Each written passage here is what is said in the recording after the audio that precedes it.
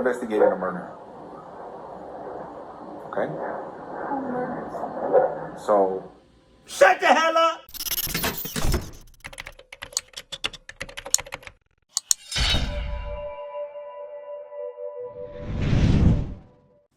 Sup? Though, I'm not gonna lie, I miss Mike. I miss that chapter. Let's go. Alright, welcome in this room. Compton, lights are on. It's 9 o'clock on a Sunday. And, no, there's lights on in the back room. You can see it through that, second. Go in the backyard real quick. Not to find you or anything, but we came here, no one's answering the door. When police arrived to the house on Concord Avenue, nothing could have prepared them for the horrifying scene that was waiting for them. And as the investigation continued, a story of lies, catfishing, and violence would come tumbling out. Hey you, and welcome. My name is Mike, and in this old video, I have a story for you that is truly strange, truly stranger than fiction, but like, in the most horrifying of ways. Now, you and I, let's give it a go.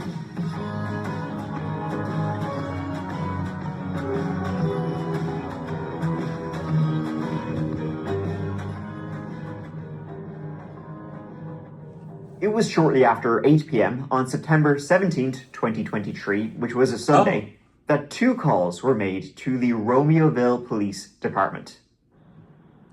This is recent. Romeoville, it's a village in Will County, Illinois, about 40 minutes-ish southwest of Chicago. Small place, about 40,000 people live there. It's generally regarded as a pretty safe, quiet, comfortable place to live. Not a place where the phones in the emergency dispatch center would be hopping all the time. So 2 calls coming in, they were both regarding the exact same situation. It raised a couple of eyebrows. Just like a little bit on this very quiet early autumn Sunday evening when basically everybody's still at the bar watching the Bears lose. The 2 calls were both asking the police to do a welfare check on 32-year-old Zoraida Bartolome. The first call came in from Zoraida's mom.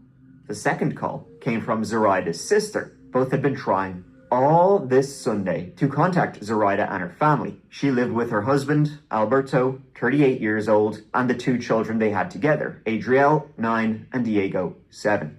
Calls to both Zoraida and Alberto all this Sunday had gone unanswered, and even one family member, one relative, had stopped by their house at 512 Concord Avenue to see if they were home, see what was going on, but they rang, knocked on the door, door knocks, ring rings, both going unanswered, and it seemed like there was no activity inside the house. So maybe they'd just gone out for the day, but the thing was, Alberto's mom had also rang around. So Zoraida's mom was ringing around, and his mom, Alberto's mom, was ringing around because Alberto had not shown up for work this day, and he had never missed a day of work in his life. So it was that evening then that the family called the police, feeling that something was very wrong here, something was off, something was no bueno. Railway Communications, how can I help you? Yes, please. I'm calling for my daughter, Zoraida Bartolome. She lives at 512 Concord Avenue, Romeoville, Illinois, and we haven't heard from her or her husband or her children during the whole day. No answering the phone. If somebody can go by the house and check them. For the husband, they called from his work that he didn't show up to work. And he never, he's always at work. All day today, I haven't heard from her. But when did you last talk to her? Last night. Last night? Okay, I'm going to send officers over to check on her, and somebody will give you a call back, okay? Thank you so much. I appreciate it. Okay, and who are we doing a welfare check on? So it's my sister Zoraida and her husband Alberto. I got a call from his job that he did a no-call, no-show, and me and various family members have called them. We talk to them every day, and it's just really unusual for them. Okay.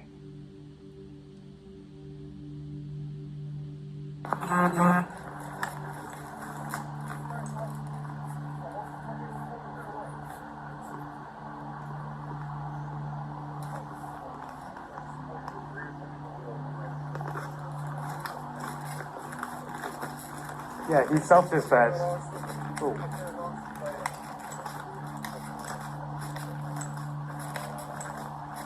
Who else was it? Where they at? That's a bright ass fucking flashlight. I cursed, I'm sorry.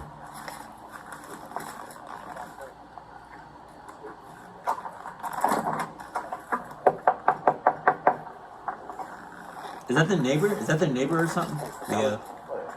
It's probably the neighbor.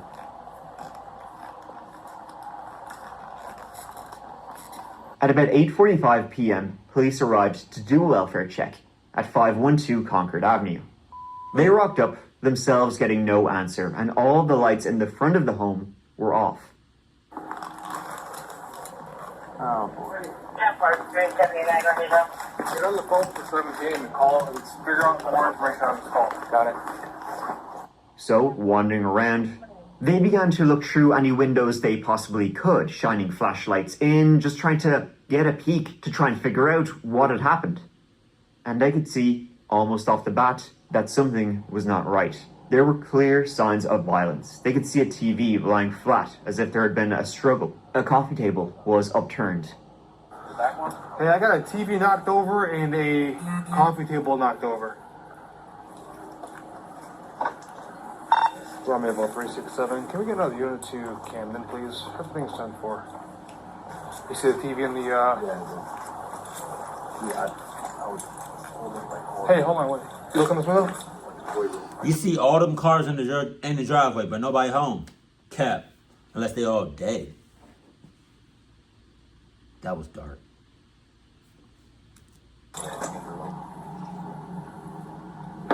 Nothing? Are you able to see? Oh, that's all the shit from police.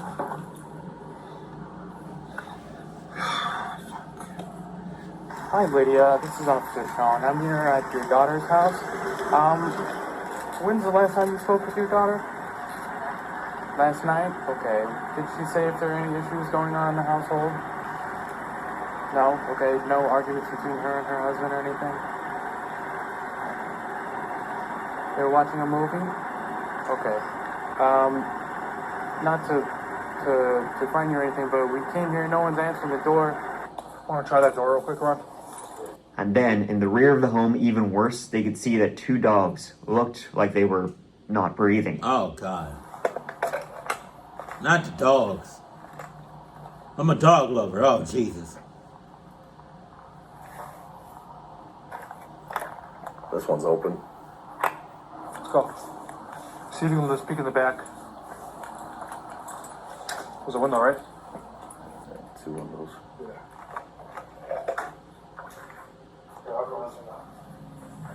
They called for more officers. 2 dead dogs. I need more units here. Hold this. Yep. 350, 307 Romeo. I'm sorry. Hold on, ma'am. One moment.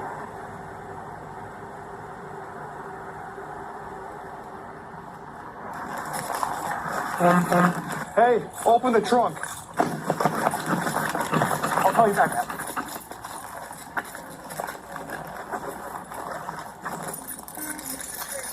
What's in the trunk?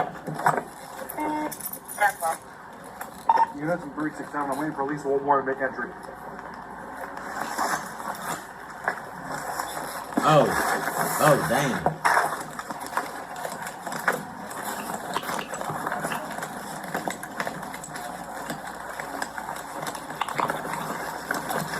I'm looking for 2 more units because I want 2 units up front, while 3 make entry in the back. You want the shield? Or you know what? I kind of want to grab my rifle. Grab your rifle. You go grab the rifle. You don't need the shield. Yeah, I'm gonna be your lethal cover, Ron. Below. Stand by. Ma'am, go inside. Go inside.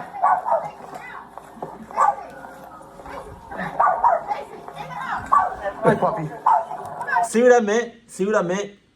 I don't know if y'all, these are like motion lights. So, they haven't cut off in a while, so I don't know why they cut off. But okay, we good. Sorry. Checking the door at the rear of the home, it was unlocked. So the officers let themselves in, called out, and came across the horrifying scene. In the hallway, they found Alberto. He had been shot dead.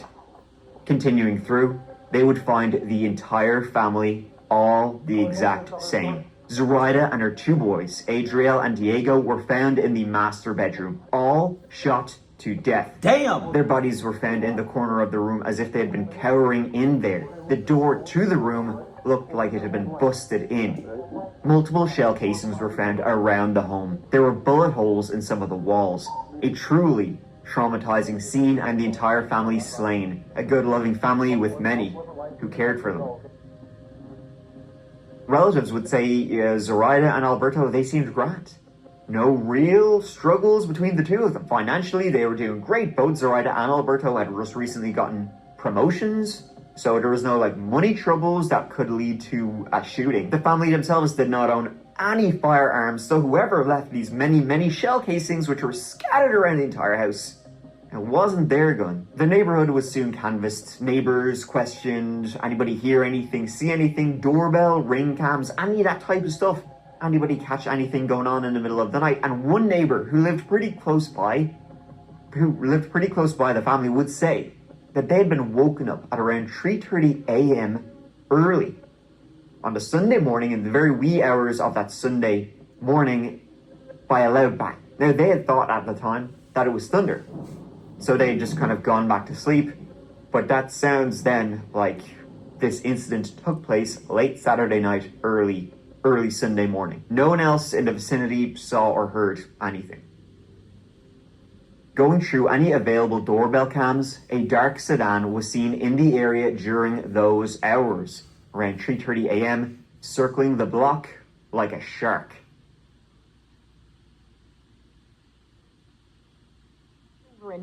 Dead from gunshot wounds inside the home. This is in a residential neighborhood in Romeoville off Independence Boulevard. While police say the investigation is in its early stages, investigators believe the shooting happened sometime early Sunday morning. They're asking anyone with information to contact the Romeoville Police Department. Neighbors now waking up to the horrific news this morning. The family of both Zoraida and Alberto were absolutely devastated and clueless as to whoever could brutally butcher them. This became major news in this small, quiet, sleepy little town. And so the interviews began with the police and detectives going to both Zoraida's place of work and Alberto's place of work, as their families and relatives couldn't believe this was happening and were just clueless as to where they could even direct police to look. Maybe something had happened at their occupations. They also, as of course you can imagine, the next logical step, they began a thorough folks examination of all the phones that were found at the crime scene. Zoraida's and Alberto's, documenting, downloading every single little bit of data they could. Alberto, he worked at a warehouse. He had worked there for about 6 years. He did the late shift from Sunday evenings to Thursdays, hence why on Sunday when he didn't show up for work, people noticed, because he was known as a quiet, hard-working guy who just seemed generally happy. Nobody ever had any issues with him. He was a great worker. Devoted family man, no known enemies, and never spoke to any of his colleagues about any kind of, shit going down, beef he had. Nothing like that. It really seemed like these were the last people you would ever believe could end up like this. Was it a burglary gone wrong? Folks, Zoraida, though, meanwhile, bit of a different story from Alberto. So although Zoraida and Alberto were married, they had 2 kids together and they lived together. That house at 512 Concord Avenue, they had purchased that house together. It seemed like they were really just there to raise their children. As on the outside, people would say their relationship was great. Zoraida had cheated on Alberto a bit in the past, and he would... That's how it always seems, huh?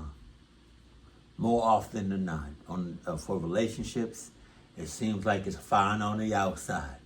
But behind closed doors, oh man, this clucking is happening all day, every day. Said that he was really just there for the kids. So when the police started to learn a couple of 3 things about Zoraida and her work environment, it seemed like the only possible avenue the investigation could go down on.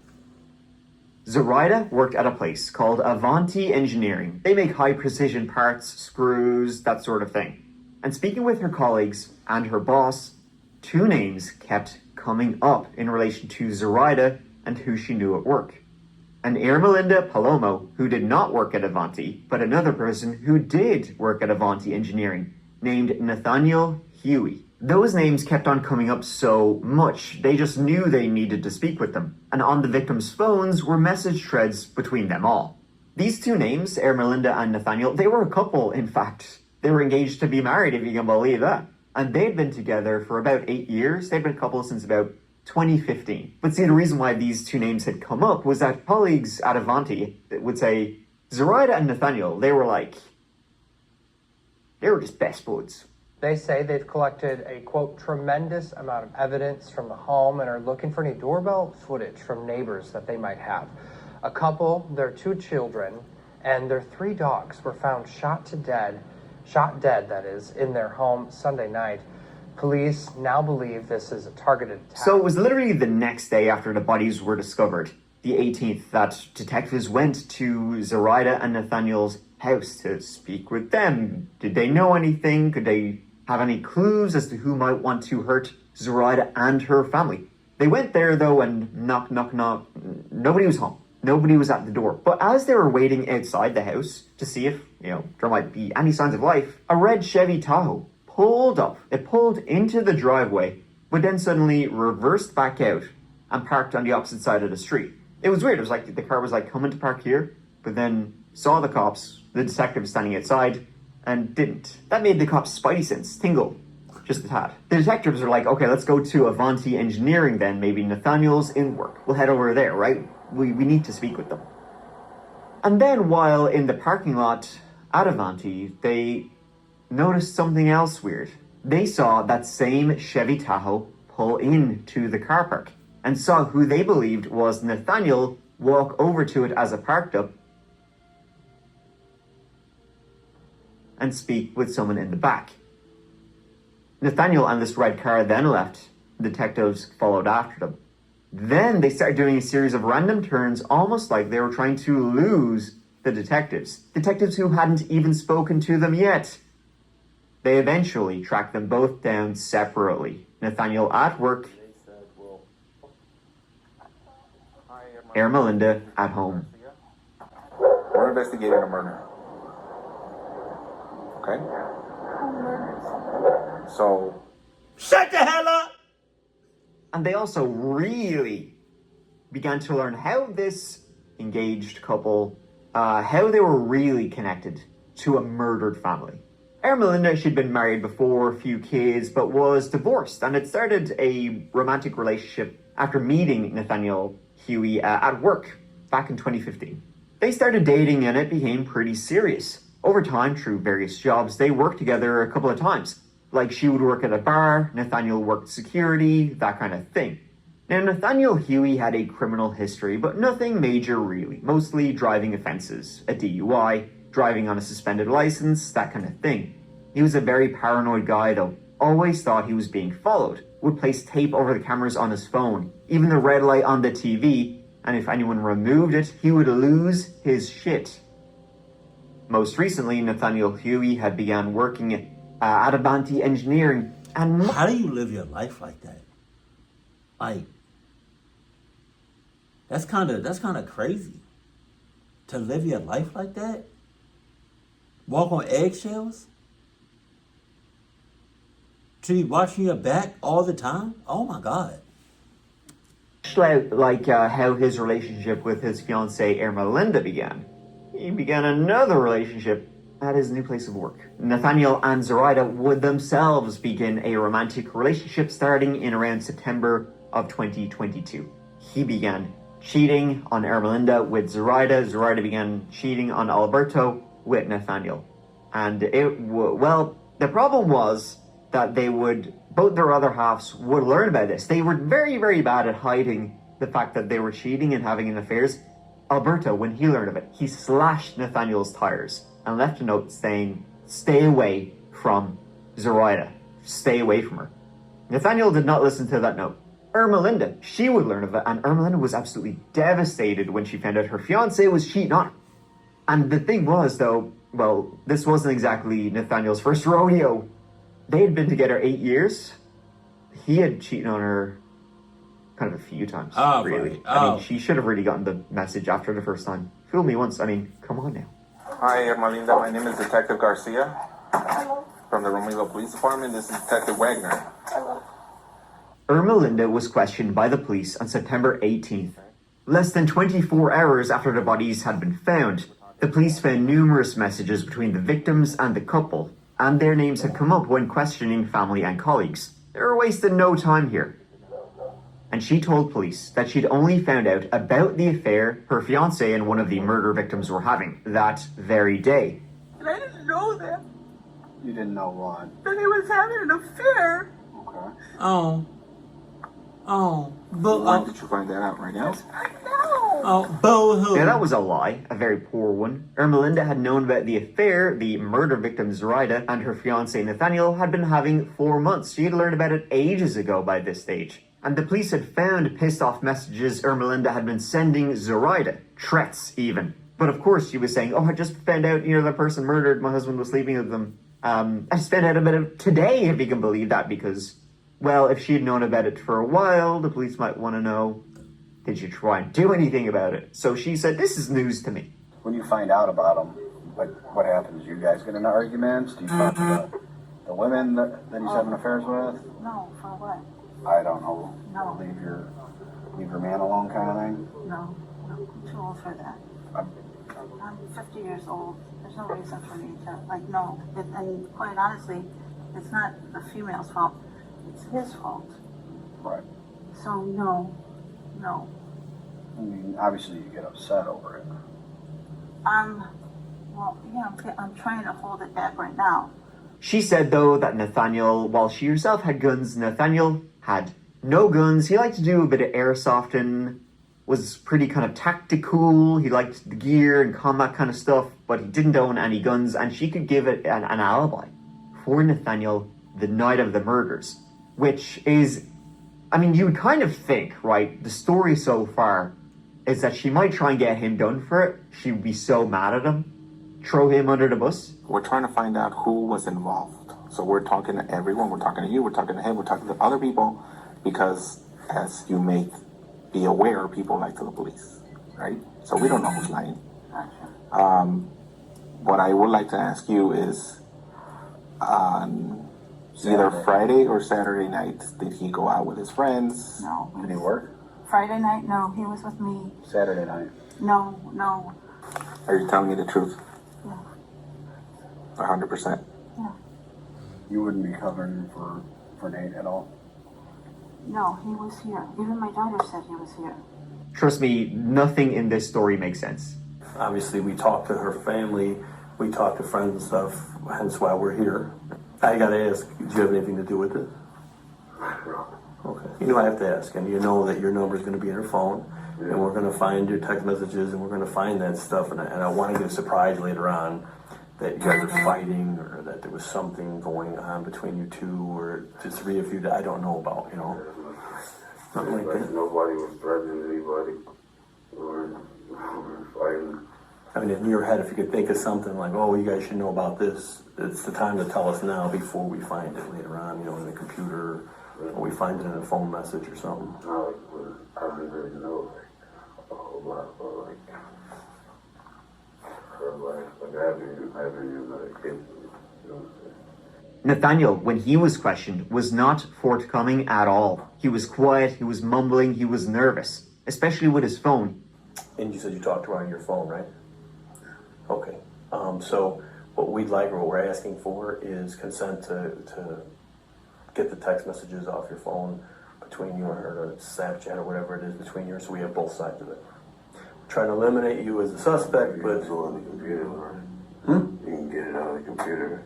No, we have to take the phone, we plug it in, we take it out, and we give your phone back. Oh, man, I have anything in that. Yeah, we have a deceased girl and her last fling or boyfriend or whatever is you. Clearly did not want them to see what was on it and wouldn't give it to them, saying, I'll give it to you later. He sus! He sus! He sus. I agree with you, but again, there's it would take us, a couple hours to pull information off the phone that could eliminate you as a suspect. It feels like you're pretty suspected, man. Well, I mean, I'm not joking with you. We anytime somebody dies, you look at the husband, the boyfriend. I don't want to give up my phone. You know what I'm saying?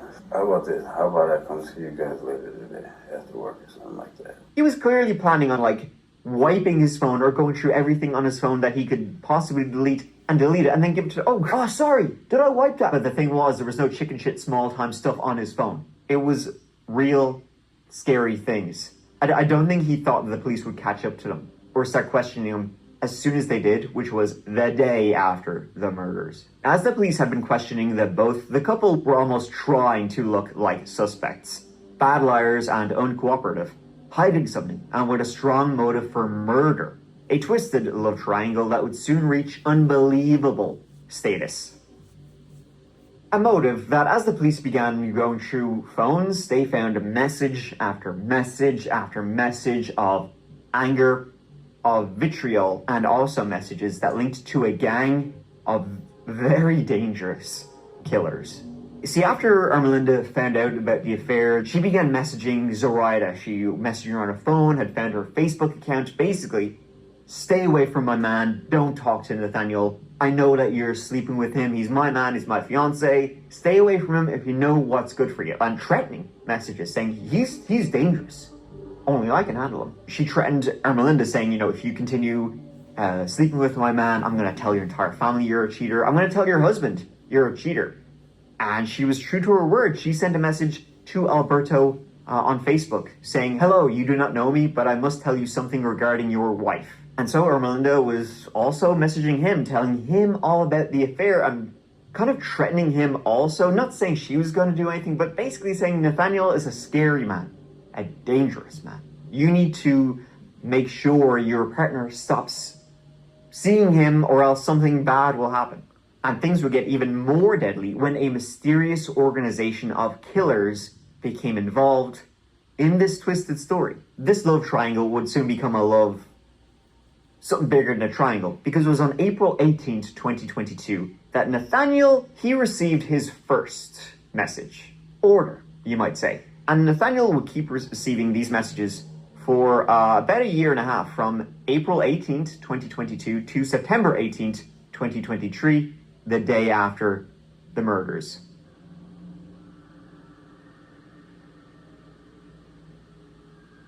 The messages were from a shadowy group who said they were hitmen and hackers and were connected to Mexican cartels and Bulgarian gangs. Shit's getting real, folks.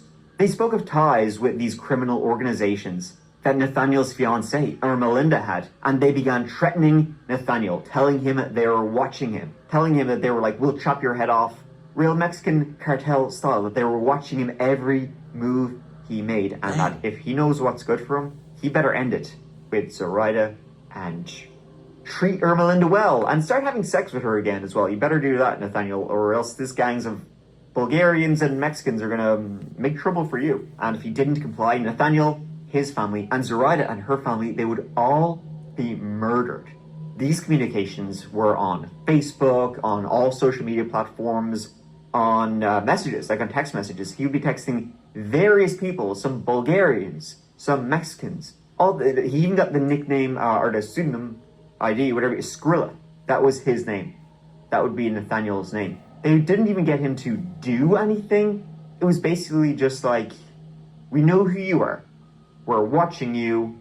Get your shit together, because we are like a shadowy octopus with tentacles in every part of your life. Nathaniel would get emails saying, oh, hey, we see you, at Walmart. We see you driving down the sort of, and where Nathaniel actually was. Nathaniel, already a very paranoid person, this kind of like had those gears grinding. Herminda, she would say, yeah, they're messaging me too. She said she would be in contact with a person named Turtle, a Lisa, a Claudia, random strange people who would sometimes speak in Spanish, sometimes they would speak in Bulgarian, but they were scary people. Zoraida and Alberto, they were getting messages from this gang.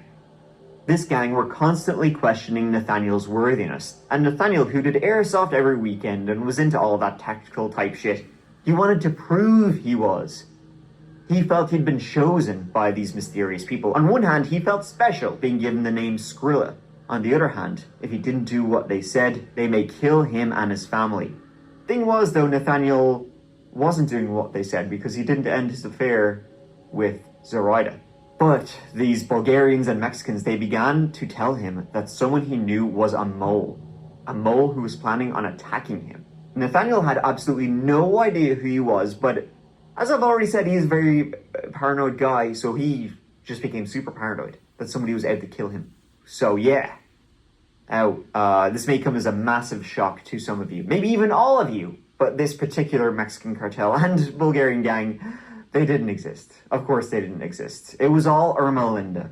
It's pretty shocking. Take a moment. Herminda was catfishing her own fiance. She was a nut job. She discovered he was having an affair and so pretended to be these hard bastards to try and scare him out of the affair he was having. Scare Zoraida out of the affair they were having. Alberto, even. And then, when that wasn't working, she went the other route. Have Nathaniel murder her rival for his affections. Not just her entire family. And he did it. Herminda was an absolute psychopath. Her searches on Google are gas. She would set up all these fake numbers, these fake accounts, fake email addresses, and was pretending to be these various Bulgarian gang members and various Mexican gang members, sending him all of these messages, sometimes in very poorly translated Bulgarian, basically trying to appear like she was, a very scary person. Later on her computer, Google searches were found. Google searches like, how to get in the dark web, Bulgarian buff, military mugshots. Is there an app that allows me to track my husband? My apologies in Bulgarian. Slang words for guns. Oh my Herminda God. had come up with this weird method of catfishing Nathaniel for a long time. So she's the one. That mother clucker. Ugh. Why not just confront your man? Like what? Before he had even met Zoraida, the affair began. She seemed to just want to play on his paranoias, creating multiple personas, and over the course of a couple of years, really beginning all the way back in December of 2021, convincing Nathaniel he was part of this Mexican and Bulgarian criminal organization. It's Cuckoo Pants. She began to convince Nathaniel that Zoraida and her family posed a very grave threat to him, a threat that had to be eliminated. Herminda took on the personas of multiple people, and based on how Nathaniel was replying to these messages, he fully believed he was communicating with some real tough goons. Herminda was truly able to play on his paranoia. I mean, that's the only way this entire story makes sense. Like, how and why Nathaniel bought in to this mysterious group who just randomly messaged him out of the blue. How he bought into it, it's just so outlandish. But she was just slowly able to manipulate him into believing it and doing some, unthinkable things because of it. The mind boggles. She used the Pinger app to generate fake numbers that she could text from, so they would appear like they were coming from loads of different people. She would be texting him, saying, "Oh, we're watching you, Nathaniel. We see where you are." While she was sitting right beside him. She created... So that's why he's paranoid? It wasn't just because of him. That's not how he is as a person. It's her clutch ass.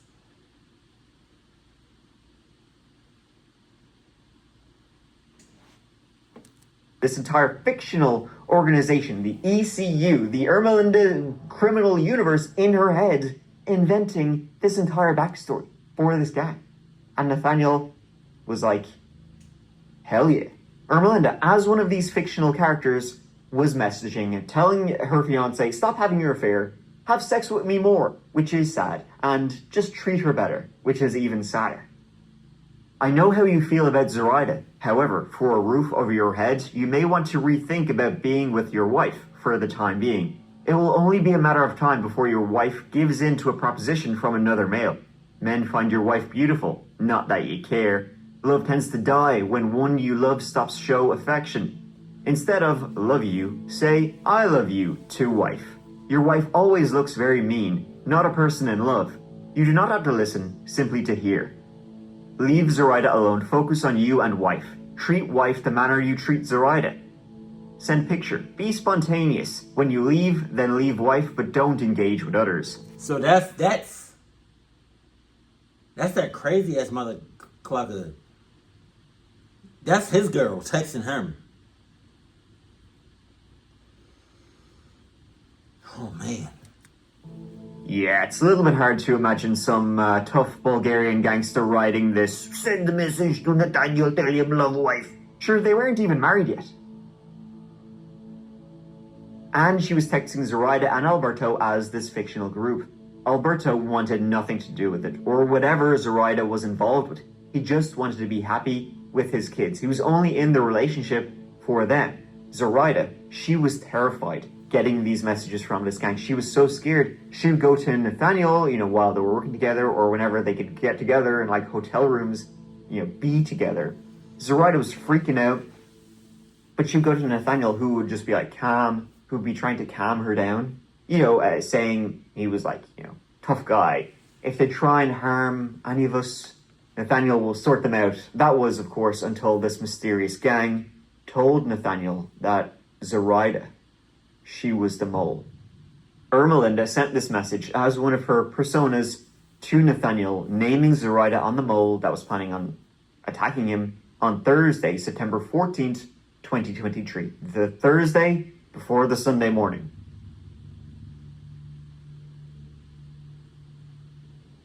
That Thursday, both Nathaniel and Zoraida were due in for work in Avanti, and co-workers would say things were very tense between the two of them, but Zoraida had no idea why. Like, Nathaniel wouldn't even speak to her. He truly believed she was going to try and kill him. He ended up leaving work that day early, saying he was unwell, and he stayed out of work till the following Monday when police caught up with him and questioned him. He looked nervous as hell. Then he went home for the weekend, and Nathaniel and one of the cartel members, Bulgarian cartel members, Herminda, they began messaging each other, planning out the murder of Zoraida's family. He scouted out where she lived. He, tried to spot where all the cameras were, how to get the easiest access into her house, what's the best way to get into her house. Watching everything, driving around it multiple times, going to the store, buying new clothes. And he actually let Herminda in. The real Undock and Herminda in on what he was going to do. Because, of course, Herminda herself had been in contact with this shadowy group. So he says to her, that girl I'm having an affair with, she's going to kill me. Herminda was like, shit. Well, I guess I'll help you kill them. And over this weekend, up until the Sunday morning, Zoraida was trying to call Nathaniel. She was texting him saying, I love you. Why aren't you talking to me? What's going on? Nathaniel would get messages from the cartel saying, make it look like kids do it. Many murders go unsolved. This will just be another one. It's insane that she was feeding him this and he would truly go along with it. The day before the murders, Turtle was messaging Nathaniel about how it will be done. Turtle, of course, Herminda. Go through backyard at 3 a.m. Hard entry into back door. First obstacle, the fence, then the storm door. 3 dogs, 2 mid-size, 1 ankle biter. Drop dogs as they present. Move through, locate, and hit the 2 adults first. Then 2 kids. Destroy shit in the house. Get the out. Grab phones for destruction. Get out. Clothes burned, phones destroyed. Bet. Your wife bust the nut and help relax your ass. Herminda drove Nathaniel to the house, and she waited in the car while he went in and did it. He climbed a fence, he cut the screen to make it look like a burglary, and he went in through the back of the house. Alberto was still awake at this time, about 3:40 a.m. He heard an intruder, and Nathaniel opened up on him. Alberto ran down the hallway. Nathaniel shot him 5 times in the hall, where he collapsed. The door to Zoraida's bedroom, where she was with her 2 kids, was locked upon hearing the gunshots outside. Nathaniel tried to kick it down, but she was holding it, crying out for help on the other side of the door. So Nathaniel shot through the door, hitting her. She dropped. He then went in, killed her and her children. Doing all of this believing that Zoraida was planning on killing him. He killed the parents and then he killed the kids because he believed the kids were better off dead than alive with no parents. That's what he would later on say. The 2 dogs in the house, they tried to run away. They were scratching at the door to try and get out. Nathaniel shot them both. The entire incident lasted only about 3 minutes. And he was on radio. He was on like walkie-talkie with Herminda, who's parked outside. 3 minutes? He was in and out of there. Oh my God. Entire time. Nathaniel was supposed to trash the house. He didn't really do a whole lot of trashing. And he was supposed to spray paint "F you putos" on the house, but he only managed to get the F out. The spray paint can was busted. And he was also supposed to take Alberto and Zoraida's phones. But in the rush, I guess he forgot. And so the police would find all of these messages between Herminda, Nathaniel, Zoraida, Alberto, and the mysterious gang and put all of this together. And Nathaniel got a nerve to say, ain't nothing on that phone. What? We have in our possession some phones, okay? And in those phones, we're doing what is called a phone dump. So what happens is if anybody's talking on a text app that you can download, for example, Text Now, we can retrieve those messages. Okay. We have retrieved those messages, all right? We've read them. When is she gonna give up this persona that she don't know what the hell is going on? That she was a mastermind behind all this. I'm waiting for her to just like drop her shoulders and be like, go ahead. Pretty clear that somebody's pretty upset at the victim. Okay? Why she back up on him? Is there any way that these text messages are going to come back to you? Or your name or your phone or anything associated with that? Okay. You're on the zip set, and I should have started with, sorry for your loss. I know it's not your wife, but it's somebody you're in a relationship with, and you're in a weird spot because now you have to go home and pretend like nothing happened. Yeah. Did she ever tell you, like, you know, I'm worried, I'm scared of my husband, or I'm worried, I'm scared of a neighbor? It was after the police questioned them both and announced that we need you at the station for a few more questions that Herminda and Nathaniel stopped talking to the police. The very next day, which was Tuesday, September 19th, Herminda told her daughter that she was about to be charged with murder, but was going to go along with the police, cooperate. However, she never showed up for the interview with the detectives. Instead, her and Nathaniel went to speak with an attorney, and then they went to a Target.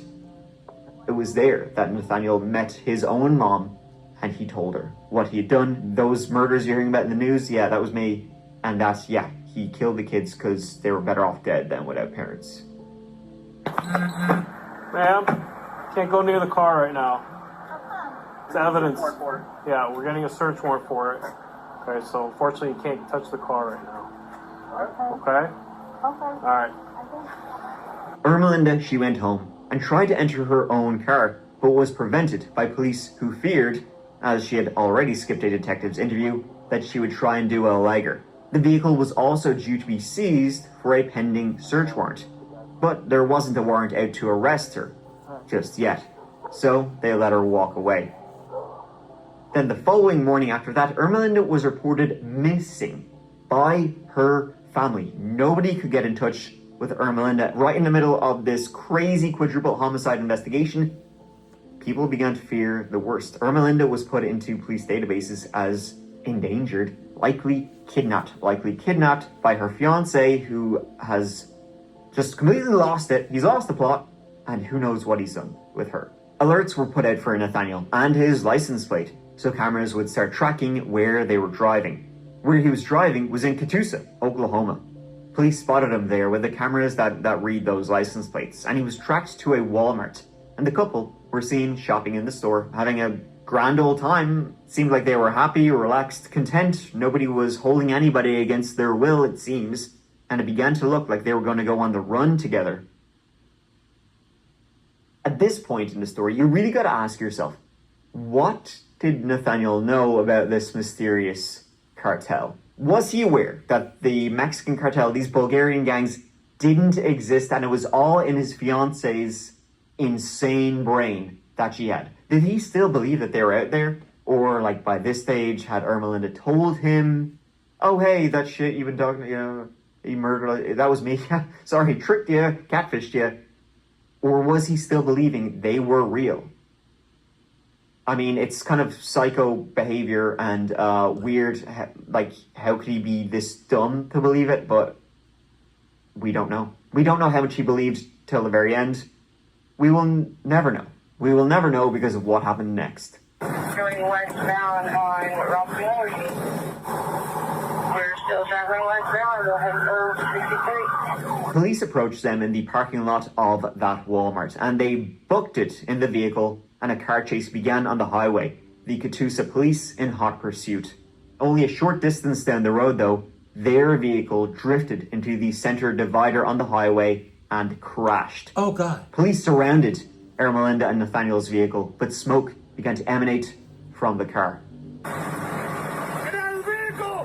Get out! There you go. Yep. Where's the wind? You want to go in? Let's go. This was followed by 3 gunshots. 1 into Herminda's head, killing her. 2 from Nathaniel into his own, ending him. On your right. They're going to your right behind you.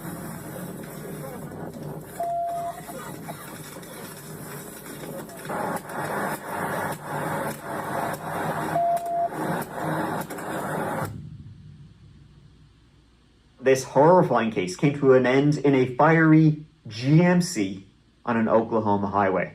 Nathaniel Huey Jr. was wanted for the murders of 2 adults and their 2 young boys. License plate reader technology bringing the suspect's car all the way in Oklahoma, where a pursuit ended in a fiery crash. Huey was found dead in the driver's seat with a gunshot wound. His passenger, a woman considered another person of interest, had also been shot. She later died. Neighbors of Huey were surprised to hear about his alleged involvement. Never showed anything of that nature. So I don't know what it might have been that caused him to do this, but just a normal neighbor. That was it. That was case closed in the Romeoville quadruple homicide. Everybody who was involved in this case ended up dead. Ended up shot dead. The police obviously, well, they uncovered the entire story I just told you about why they were killed, the background to it, the motive, which this much crazy is unbelievable, but this is the story of why it was done. I can't wrap my head around it, and I just spent a couple of days researching this story. Like, you gotta wonder in the last moments, in the car, the fiery GMC, it's believed that Nathaniel started the fire in the car. I guess he was prepared to go out with a bang. He literally did. Did Herminda tell him in their final moments, this gang didn't exist, it was all me. I manipulated you into murdering a family because you were cheating on me. It's just a bizarre, horrifying story of lies and brutality. Really tragic, and it just ends with everyone dead. No one walks away. No one knows the full truth. The horror is all that's left behind. Like, at the end of the story, really the only thing you can say is, shit. Thank you so much for watching. If you're gonna cheat on somebody, please do it at your own risk. Or don't do it at all. If you're gonna cheat, at least leave the person. It doesn't make sense to be with somebody and cheat on that same person you with somebody else.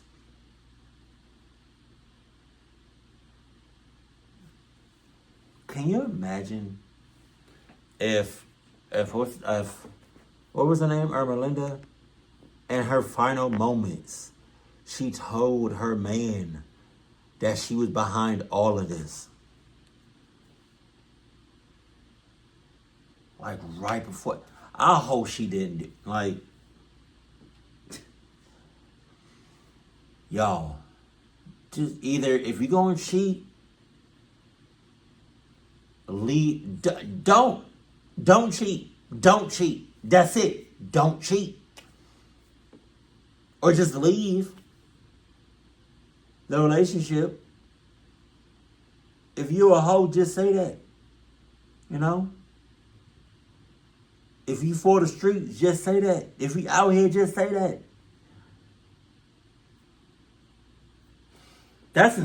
This whole story was insane. But I gotta catch up on some more that chapter. So if y'all have any more requests for me to react from that chapter, let me know that in the comment section below. Keep it cool, keep it classy, and I love you. Stay happy. My family.